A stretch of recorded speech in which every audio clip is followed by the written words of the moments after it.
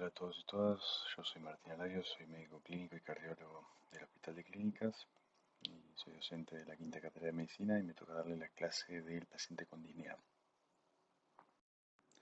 Vamos a comenzar diciendo que la disnea es una palabra que deriva del latín y que significa mal respirar, es un síntoma, por lo tanto eh, involucra la subjetividad del paciente, no solo la sensación, sino la elaboración y la respuesta que tiene ante el mismo.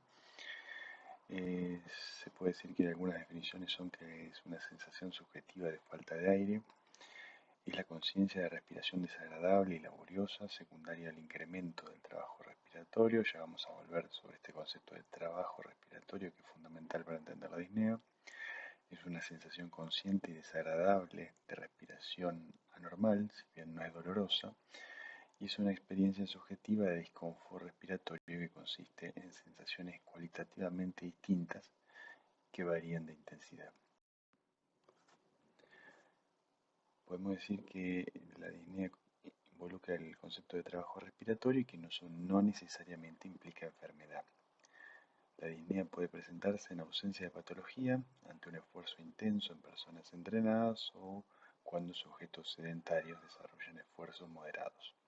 De hecho, todos nosotros, si nos asumimos como personas sanas, hemos sentido más de una vez disnea al desarrollar actividad física intensa o que sobrepasa nuestra capacidad habitual. Este es un trabajo interesante donde se ve el eje de las abscisas, abajo a la izquierda el trabajo realizado en una prueba de esfuerzo.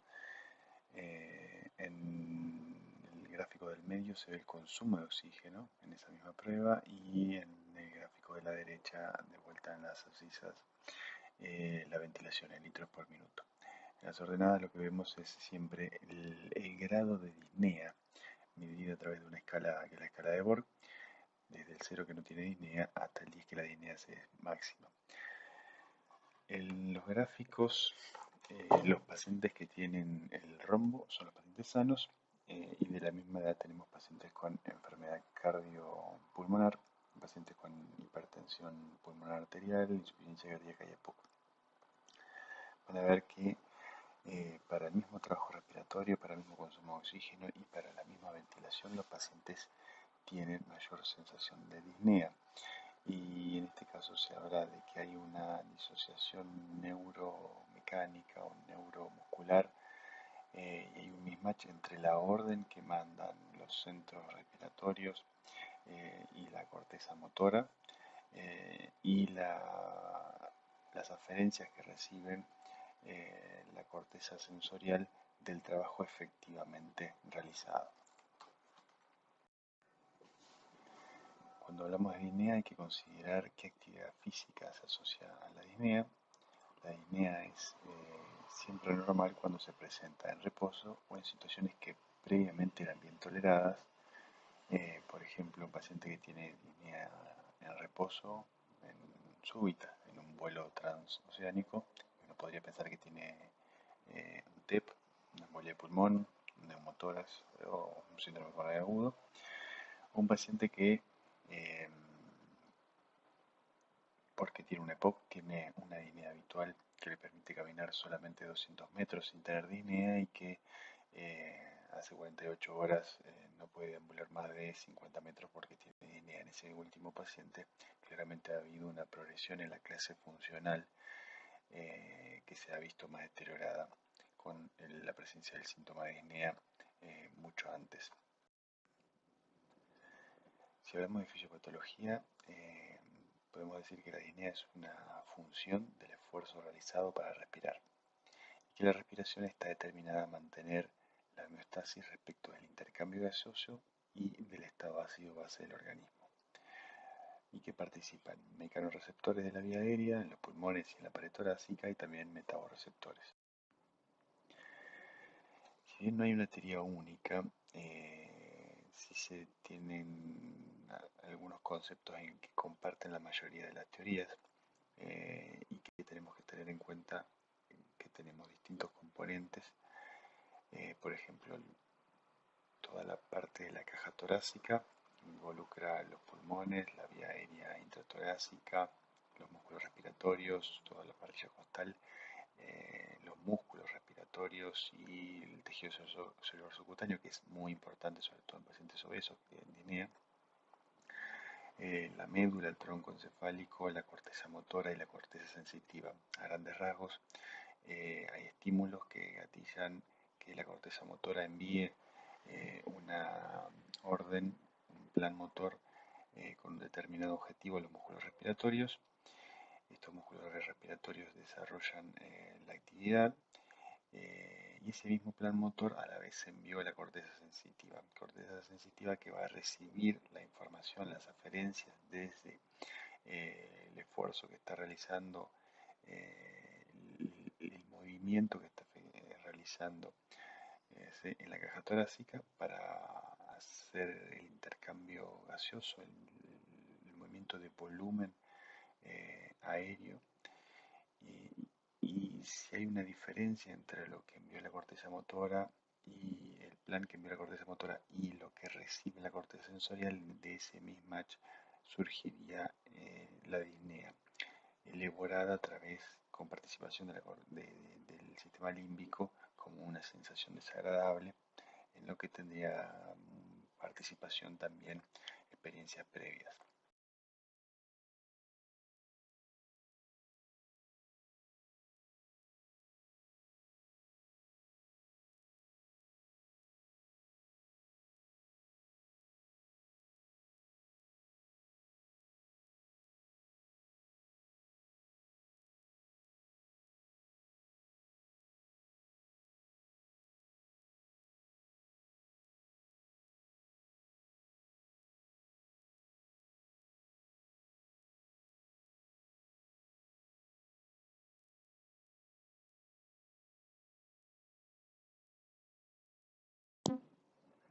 Como decía, cuando hablamos de estímulos, tenemos algunos estímulos que gatillan disnea, son la presión parcial de dióxido de carbono, la presión parcial de eh, oxígeno y el pH, sensados por los quimiorreceptores.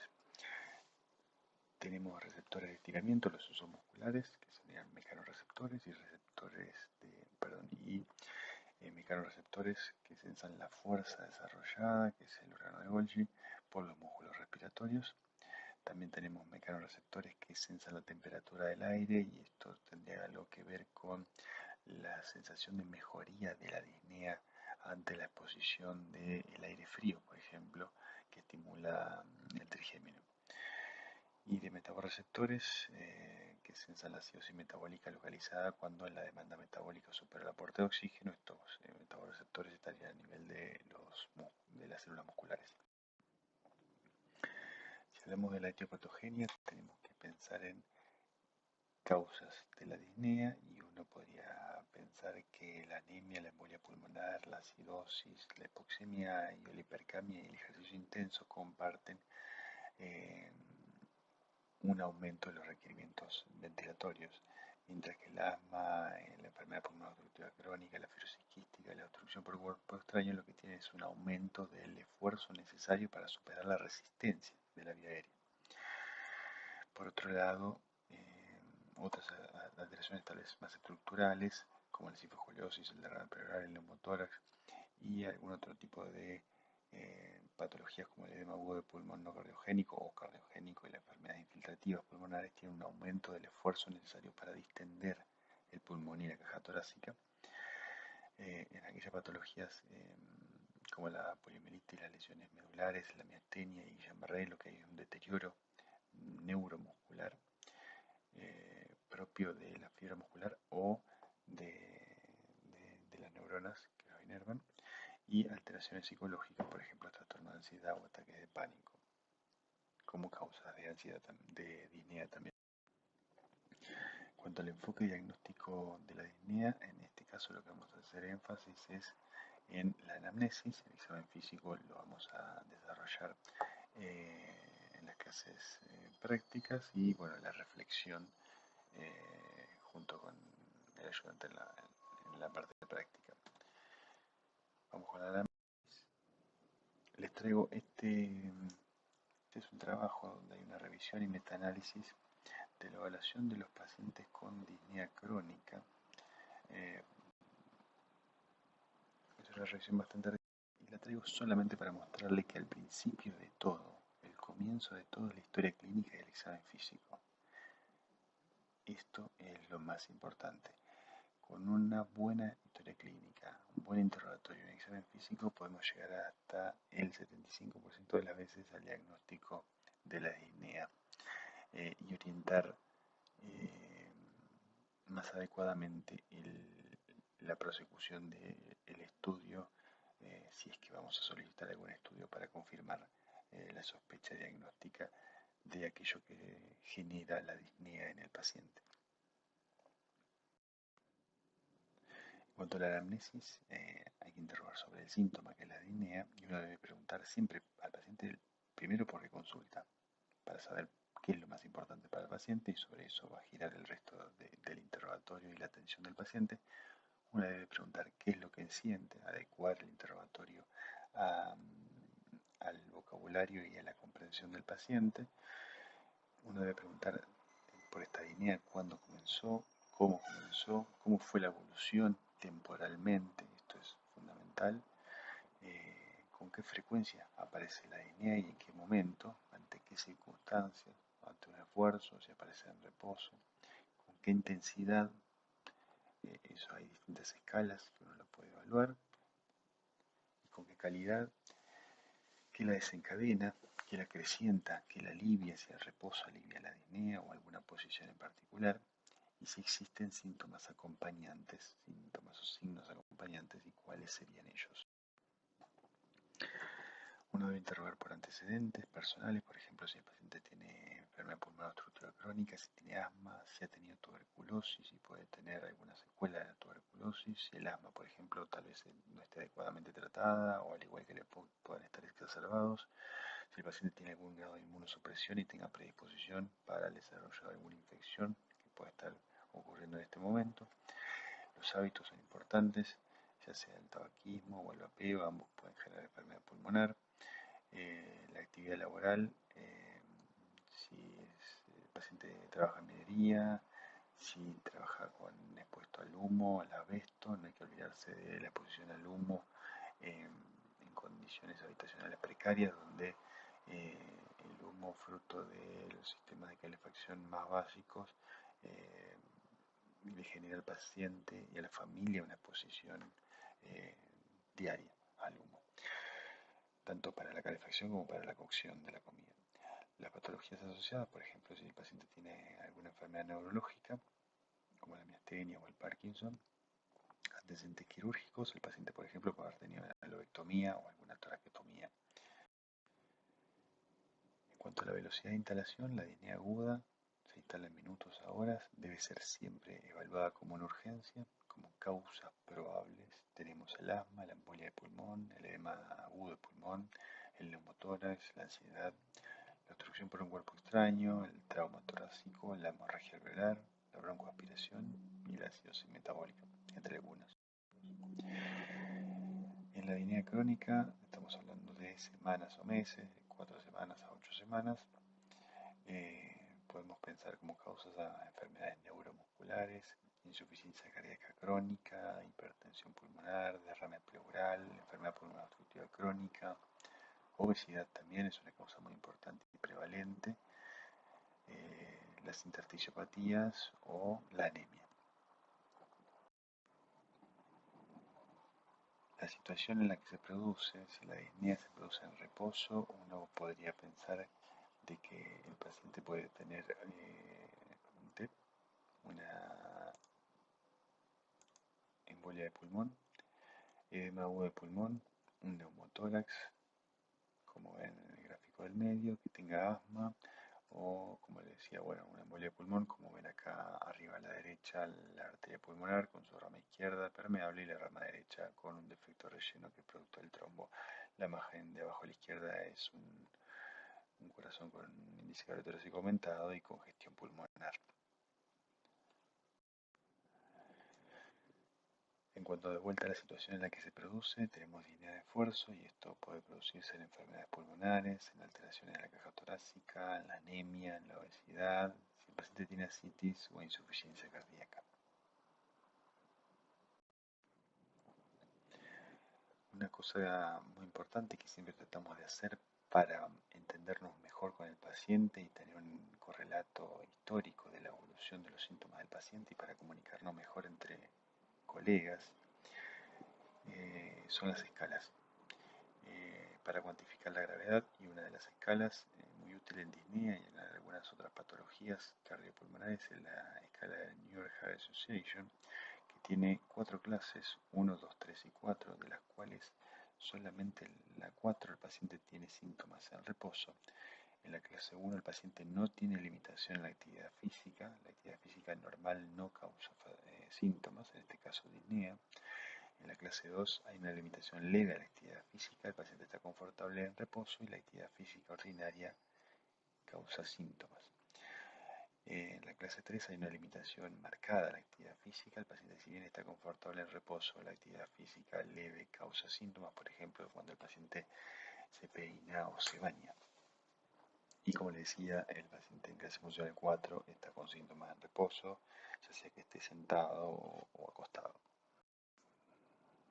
Otra escala interesante es la escala de MRC, en la que vamos de 0 a 4, de menor a mayor grado de disnea, y más que hablar de la disnea lo que habla es de cuanto a la limitación que le genera la disnea, pero es una escala muy utilizada, sobre todo en neumonología, y que nos permite cuantificar de una manera sencilla la disnea, y esto es pronóstico claramente de eventos en EPOC, por ejemplo. Otra escala muy utilizada que sí cuantifica la disnea es la escala de Borg, como les decía hoy, va de 0 sin disnea a disnea muy severa, y es utilizada en muchas pruebas, por ejemplo en test de la caminata, donde el paciente va refiriendo qué grado de disnea tiene. En cuanto a la anamnesis de disnea y posición corporal, podemos decir que la ortopnea es la disnea que se presenta al adoptar el decúbito supino a los pocos minutos y se alivia sentándose erguido. Se produce por desplazamiento del pulso sanguíneo intraabdominal y de los miembros inferiores hacia el tórax, con aumento de las presiones de llenado ventriculares. Es un signo de insuficiencia cardíaca. Puede ser de causa neumonológica porque la sedestación, o sea, el sentarse, mejora la capacidad vital y la distensibilidad pulmonar. Esto sobre todo en el EPOC, en el asma, el derrame pleural y en las huellas apicales. En asmáticos, sobre todo en cuadros graves. Esto se ve en la práctica clínica. Los pacientes tienden a estar sentados tanto en la agudización del asma como en la agudización del EPOC, y a veces nosotros mismos ante cuadros de disnea aguda en estos tipos de pacientes los invitamos a incorporarse, o si no pueden, mismo con la cama, buscamos que estén sentados porque eso les permite una mejor mecánica ventilatoria y mejor capacidad vital. Con respecto a lo que dice el doctor Mangione, dice que la ausencia de ortopnea en pacientes pulmonares, o sea, con enfermedad pulmonar, descarta la presencia simultánea de insuficiencia ventricular izquierda, porque el overlap, la superposición de, por ejemplo, el EPOC y la insuficiencia cardíaca, genera situaciones en las que es muy difícil de discernir si el paciente solamente tiene el EPOC, porque eso lo tiene como antecedente, y si lo que estamos viendo de disnea es a causa de una reagudización de su EPOC, o si además tiene insuficiencia cardíaca. Así que es interesante esto de la ausencia de ortopnea. Tendría un valor predictivo negativo importante para descartar insuficiencia cardíaca. Acá dos fotos de pacientes con ortopnea. A la izquierda van a ver que el paciente está sentado con las piernas colgando. Habitualmente los pacientes uno les puede preguntar y no llegan a dormirse porque hay una redistribución del pool que ya está en el intravascular hacia la región torácica. Así que eso es una pregunta importante, si el paciente llegó a dormirse o no, porque van a ver que más adelante hay otro síntoma que es muy específico de insuficiencia cardíaca, que es la disnea paroxística nocturna. Y a la derecha una paciente que ya directamente está sentada y modificó la posición de la cama para estar en esa posición, porque es la única que tolera. Otro síntoma que es casi un equivalente, que es el paciente con insuficiencia cardíaca se acuesta para realizarle algún estudio, ya sea un electrocardiograma o algún otro estudio en el que el paciente necesite estar acostado y empieza con tos. Si uno lo deja un tiempo más va a desarrollar la disnea. Hay ortopnea de causa no cardíaca ni pulmonar, sí, la citis masiva, la obesidad y la parálisis bilateral del nervio frénico. Esto claramente por la restricción que genera en la capacidad vital de estos pacientes. La sedestación alivia la presión intraabdominal sobre los pulmones y la paracentesis, la eliminación del líquido acético también sería en este caso una medida terapéutica. Disnea paroxística nocturna, que es lo que les decía recién, es un episodio nocturno de disnea aguda después de 1 o 2 horas de sueño. O sea, el paciente llegó a entrar en el sueño y se despierta con esta sensación de falta de aire aguda. El paciente se despierta súbitamente, se sienta erguido, baja las piernas por el lado de la cama y busca aire fresco, ya sea una ventana o se pone frente a un ventilador. Luego de varios minutos mejora para volver a dormir. Algunos pacientes ya directamente no duermen o se van a dormir afuera de la casa porque tienen la sensación de que van a dormir mejor. Algunos pueden llegar a dormir hasta sentados. Disnea paroxística nocturna, hay una reabsorción de edema y acá está el tiempo de latencia en el que se va a producir el síntoma que le da tiempo para que el paciente logre entrar en sueño. Esta reabsorción de los edemas con aumento del volumen intravascular, con aumento de la precarga del corazón que está disfuncionante y que no tolera ese aumento de la precarga, y un aumento de la presión capilar pulmonar con la consiguiente estimulación de mecanorreceptores, por ejemplo, y la sensación de disnea. Es un signo específico de insuficiencia cardíaca. Y bueno, también hay disnea paroxística nocturna de causa respiratoria en el asma nocturno y en las bullas apicales. Disnea paroxística nocturna, diagnósticos diferenciales, puede ser que el paciente tenga EPOC o puede ser que se haya broncoaspirado, ¿sí? En la insuficiencia cardíaca la disnea precede a la tos versus el EPOC donde la tos suele preceder a la disnea. Y esta última mejora con la movilización de secreciones.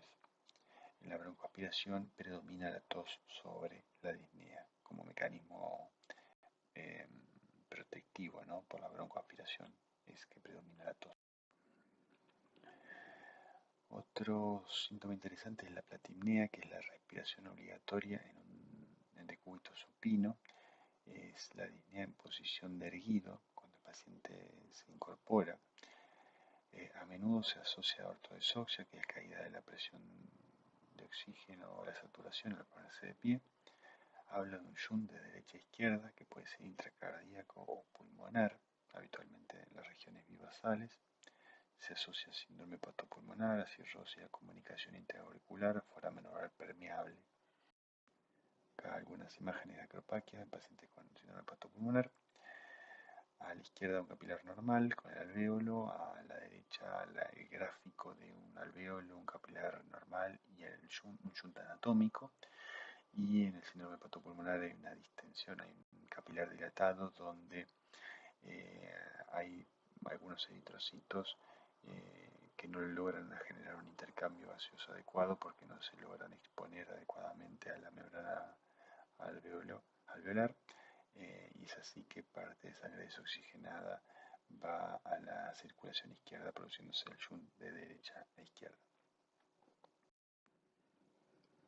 La vendopnea es una sensación de falta de aire al inclinarse hacia adelante en un lapso de 30 segundos aproximadamente cuando el paciente se ata los cordones o se agacha para buscar algo. Esto se produce por aumento de la presión capilar pulmonar y de la presión de la aurícula derecha y se asocia a mayor mortalidad en pacientes con insuficiencia cardíaca. Es casi un síntoma muy específico de insuficiencia cardíaca. Acá le puse dos imágenes de situaciones en las que el paciente puede tener disnea y esto uno le puede preguntar al paciente, dice que se agita cuando se ata los cordones. La tripomnea es la incapacidad del paciente para estar en decúbito supino o prono por la preferencia por el decúbito lateral. Habitualmente se dice que, o algunos autores hablan de que abajo suele ir el pulmón sano, porque habría una mejoría en la perfusión en la relación BQ, o sea, se perfundiría mejor las áreas mejor ventiladas y arriba quedaría el pulmón enfermo. Esto se produciría en la atelectasia, en el derrame pleural masivo, pero hay ciertas situaciones donde tener el pulmón abajo genera cierta restricción mecánica y puede generar también disnea, y eso puede ser un tanto variable, qué pulmón va abajo. En este caso, como ven, una radiografía con atelectasia,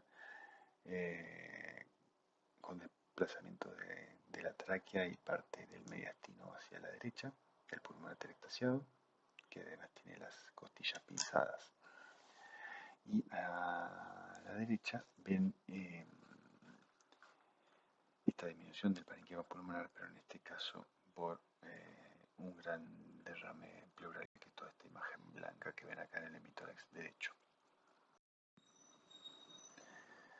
Síntomas y signos asociados: la hemoptisis, que es la eliminación de sangre procedente del árbol respiratorio, claramente es un signo de alarma para nosotros y para el paciente, que consulta alarmado por esto, con razón.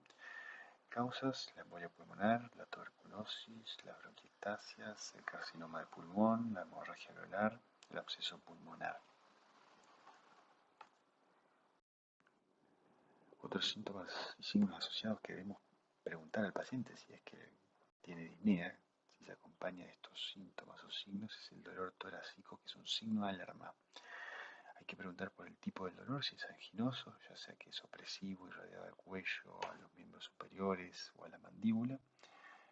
Alguno podría pensar que es un síndrome coronario agudo, angina crónica estable, estenosis aórtica, por ejemplo, o si es más pleurítico, de tipo punzante, relacionado con los movimientos respiratorios y con la tos, o sea que se aumenta con los síntomas respiratorios o la tos.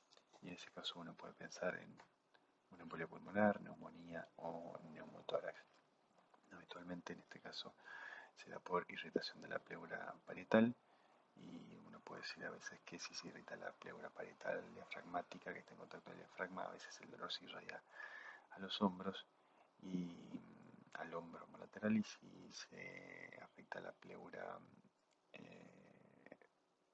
parietal mediastínica, el dolor sería más retroesternal, a veces también irradiado a los hombros.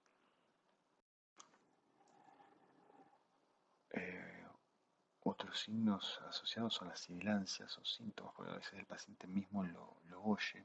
Son audibles en ocasiones, aún sin estetoscopio. El paciente puede referir que tiene silbidos en el pecho. En este caso, el paciente podría presentar broncoespasmo, asma, EPOC o una reacción alérgica, por ejemplo, también. En la insuficiencia cardíaca también se habla de asma cardíaca. Puede haber obstrucción por un cuerpo extraño o, de vuelta, la embolia pulmonar. A la derecha una imagen de una cardiomegalia, un agrandamiento de 4 cavidades con congestión pulmonar. Otro síntoma asociado es la tos, que puede ser seca, y uno podría pensar en asma, en bronquitis, en pleuritis, en embolia pulmón, en tuberculosis, en insuficiencia cardíaca izquierda. O si la tos es más productiva, pensar en bronquitis crónica, pacientes bronquíticos que suelen tener tos productiva todos los días, que puede aumentar, inclusive en cuanto a en cuanto a la tos y a la cantidad de esputo que producen. Pensar en bronquiectasias y también en neumonía. En cuanto a la evaluación de la disnea, hay distintas maneras de abordar la disnea. Todas comienzan, como toda la semiología, con la historia clínica y el examen físico, con una anamnesis profunda y el examen físico. Y con eso vamos a poder guiar el resto de los estudios, si es que hacen falta que los solicitemos. Esta es una revisión que les recomiendo, pueden leer, les dejo ahí la cita. Y uno, con lo que van a leer y con lo que puedan llevarse de esta clase, uno tiene ya una idea de qué causas puede haber de disnea, pero uno tiene que saber después qué preguntar o cómo interpretar las respuestas del paciente. Y en este caso, lo que tiene interesante esta revisión es que si uno le pregunta por antecedente previo al paciente de EPOC, que me diga que tiene EPOC, el valor predictivo positivo es el 25% nada más, mientras que el valor predictivo negativo eh, es mayor. O sea que si el paciente me dice que no tiene EPOC, eh, el valor predictivo negativo es el 95%, yo me quedo tranquilo de que es muy probable que la causa actual no es EPOC, parece de perogrullo, pero es bastante interesante en los porcentajes y la certeza diagnóstica que nos da. Lo mismo sucede con el asma, el valor predictivo negativo es del 76%. Y una cosa interesante que dice la revisión es que justamente muchas veces uno tal vez pregunta y lo que va haciendo es descartar posibles causas de la disnea hasta que van quedando algunas causas más probables. Y eso es lo que trata de mostrar este trabajo, ¿no? El hecho de que no tenga el antecedente de asma o de EPOC hace que sea poco probable que en este momento la causa de la disnea sea alguna de estas dos patologías. Otra cosa interesante es que el antecedente del hábito tabáquico, de haber fumado, si el paciente me dice que no ha fumado, es casi improbable que tenga EPOC. Fíjese el valor predictivo negativo del 100 o del 90%, porque si bien hay otras causas de EPOC, son mucho menos frecuentes que las relacionadas con el hábito tabáquico. Lo mismo sucede si el paciente habitualmente tiene tos, porque habitualmente los pacientes con EPOC suelen referir cierto grado de tos habitual. Si el paciente habitualmente no tose, también es poco probable de que sea EPOC la causa de la disnea crónica que tiene el paciente, porque este trabajo se basa en disnea crónica. Una respiración superficial se suele asociar a las enfermedades intersticiales pulmonares y que si no tiene una respiración superficial hace poco probable que tenga este tipo de intersticiopatía. Y cierta pulmón o respiración o dificultad para expandir el tórax o para la motricidad del tórax, habrá una cierta rigidez torácica, sin hablar de opresión, se relaciona con el asma, y si los pacientes no tienen esta sensación sería poco probable también que el síntoma de la disnea crónica, siempre haciendo el énfasis de que este trabajo se basa en disnea crónica, se relacione con el asma. ¿Y cómo sería el abordaje inicial? Ya dijimos, de vuelta les digo, antecedentes, examen, anamnesis profunda, exquisita, donde ustedes se queden tranquilos de que saben todo, que han preguntado en todo y que entienden la historia clínica del paciente, el examen físico, y después, si se hace falta, pedimos algunos estudios que son básicos. Y de vuelta les cito este trabajo porque me dice para qué le pido las cosas. Por ejemplo, un análisis de sangre para descartar que el paciente no tenga anemia, que no tenga acidosis metabólica, que no tenga insuficiencia o una patología renal o hepática avanzada, que no tenga enfermedad tiroidea, que no tenga insuficiencia cardíaca. Una radiografía para ver si hay enfisema, por ejemplo, si hay enfermedad pulmonar intersticial, si hay derrame pleural, que eso yo ya lo voy a sospechar con el examen físico, si hay un tumor pulmonar, si hay de vuelta insuficiencia cardíaca, el electrocardiograma para ver si hay enfermedad cardíaca isquémica, si hay arritmia o sospecho o, insuficiencia cardíaca. El electrocardiograma tiene también de vuelta un gran valor negativo, digamos, predictivo negativo, porque si el paciente tiene un electrocardiograma totalmente normal, sumado en la radiografía, donde el índice cardiológico es normal, y si no tiene antecedentes cardiológicos, es muy poco probable que la causa actual sea cardiológica, ¿no? O sea, que el paciente tenga un soplo, pero también de vuelta vuelvo a la historia clínica y al examen físico. Así que en este caso el electrocardiograma tiene, como les decía, más que nada un valor predictivo negativo para la disnea que un valor predictivo positivo. Y muchos también ponen en la disnea crónica a la espirometría para evaluar si el paciente tiene criterio de EPOC, si tiene criterio de asma o de patologías de tipo restrictivo. Tal vez en una guardia, más que una espirometría, sea más útil un pico flujo para ver, sobre todo en pacientes con asma, el grado de severidad que puedan tener. Así que yo creo que con una buena historia clínica, un exhaustivo examen físico, una radiografía y un electrocardiograma, estamos más que bien, y un laboratorio muy sucinto, digamos, estamos más que bien para hacer un diagnóstico inicial de disnea.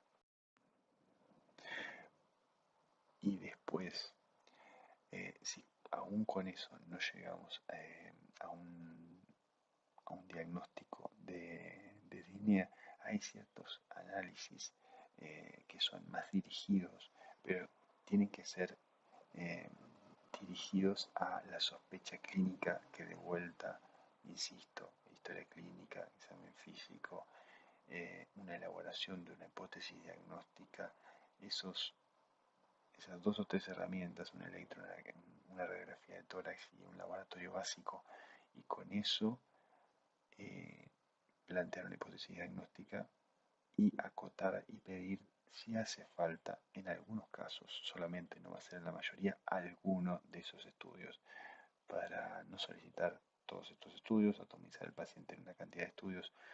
Piensa que a medida que pidamos más estudios sin la indicación adecuada, vamos a tener más falsos negativos y vamos a empezar a encontrar cosas que tal vez no tengan que ver con el motivo de consulta del paciente, que era la pregunta tal vez más importante para hacer al paciente.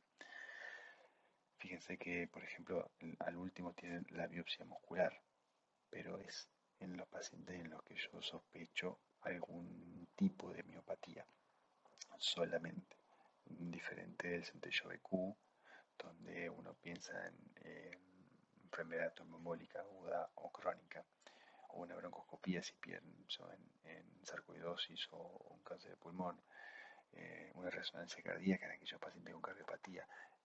Uno tiene que solicitar el estudio si hace falta, necesario, en base a la hipótesis diagnóstica. Bueno, espero que no se haya hecho larga ni tediosa. Estas son algunas de las bibliografías que les recomiendo y están las citas de los trabajos. Que tengan un buen año.